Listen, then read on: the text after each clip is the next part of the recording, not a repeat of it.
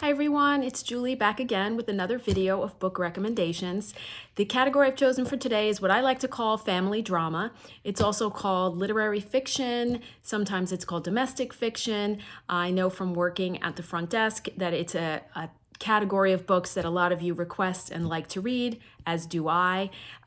By its nature, this category of books is not the most lighthearted and tied up in a pink ribbon kind of happy-go-lucky book, but I like books that make me feel things, whether it's good or bad, happy or sad, and these books definitely fit the bill. So the first book I'm going to recommend is called The Ninth Hour by Alice McDermott. And this book takes place in the early part of the 20th century in Brooklyn. And there is a fire in a tenement building, and a convent of nuns takes in a widow and her baby. They've lost their home in the fire. And the book basically follows their life. It spans 3 generations. It's reminiscent of A Tree Grows in Brooklyn. You really get the feeling that you're in Brooklyn in the 1900s. But it does, like I said, span 3 generations, so it does move closer to the present day. It's a great book. It's Alice McDermott, if you are familiar with her or not. She has written Charming Billy, which is a great book. She also wrote Child of My Heart. And I found a quote about her writing that says, "Extraordinary art woven out of ordinary lives." And I feel that's perfect because there's not a car chase and a lot of jaw-dropping moments, but just really beautiful moments during a lifetime. So The Ninth Hour by Alice McDermott. The next book I'm recommending is called Everything Here is Beautiful by Mira. This book was gorgeous. I mean, the cover is gorgeous, but the writing is gorgeous. The story, it's just a really, really beautiful book. Very impactful.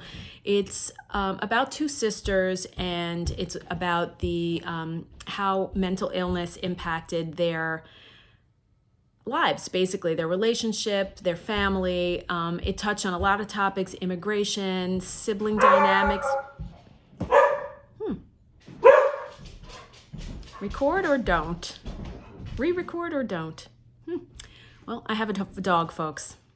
Anyway, it touched on immigration, sibling dynamics, motherhood, loss, and hope. I highly recommend. Beautiful, beautiful book.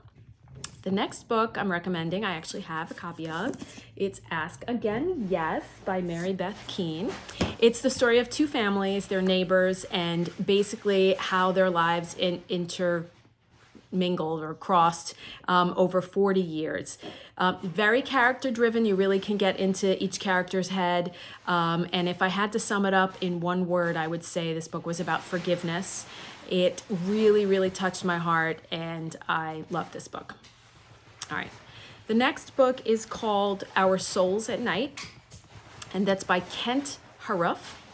It is a really, really sweet book, very short, very quick. You could read it in an afternoon probably, about 2 widowed neighbors who begin a simple, gentle relationship. Very poignant, very beautiful. The writing is very spare. It's not very flowery. There's not a lot of, descriptions about the landscape and things like that. Also, heads up, there's no quotation marks. So, when authors do that and they don't put quotation marks when their characters are speaking, it can take some getting used to. Some people refuse, and I get it, I do. But just a heads up, it's worth it if you can get past the no quotation mark things. I recommend it. I also have this on my shelf by the same author. It's called Plainsong. I can't recommend it because I haven't read it yet, but it's on my list.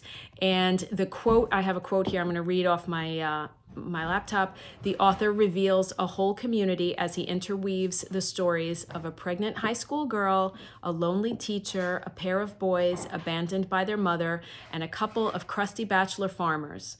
The voices in the book surround, transport, and lift the reader off the ground." So who doesn't like to be lifted off the ground, right? Okay. The next book is called When All Is Said by Griffin. I almost forgot the author, but it's by Griffin. And I love me a grumpy old man. And this book is about Maurice Hannigan, and he is a grumpy old man. He's 84, and he is ready. He's in a pub. It takes place in Ireland, by the way. This book is very Irish. He's in a pub, and he wants to raise 5 toasts to the 5 people who have meant the most to him in his life. and we're along for the ride. So through these toasts, we get to learn about his life, his successes, his failures, his hits and misses. It's really a good book. There's drama, there's humor, tenderness, there's sadness. I loved this book. So when all is said. The next one is called A Place for Us by Fatima Mirza. And apparently the author of this book was 26 years old when she wrote this. So it's very hard to believe because the depth of knowledge and emotion that there's in this book is noteworthy. It follows an Indian American family, and to basically summarize it, it's just about how difficult and beautiful it is to be part of a family. The last chapter from the father's point of view had me in tears. So just a really, really good book. And the last book I have to recommend today is called The Immortalists by Chloe Benjamin. If you have not read this book, get it. You will probably have to put yourself on hold at Libby, but it is fantastic. Anybody I've recommended it to loves it. And it starts out in 1969, and there are 4 siblings, and they're young. I think the oldest one is like 12 at the time, and the youngest one is 5. And they pool their allowance money to go see a fortune teller who claims she can tell people the date they will die. So they all go in separately, and they get told the date they will die, the year, the month, the day, and what they do with this information, how this information affects them throughout their lives. And we get a story of each of their 4 lives and how this information, whether they believe it or not, and how it just changes how they live. It's a great book for book clubs because there's a lot to discuss. The main thing being, would you want to know the date of your death if someone claimed to be able to tell you? And it's very, very interesting. And this book came out a few years ago, and I'm wondering what Chloe is doing during this quarantine, because we need another book, Chloe. Chop, chop. And that's all I have for today. All of these books are available on Libby. You may have to put yourself on hold for them. A lot of them are available in both book form and audiobook. And that's all I have. I hope you enjoyed these recommendations, and we'll see you again soon. Bye.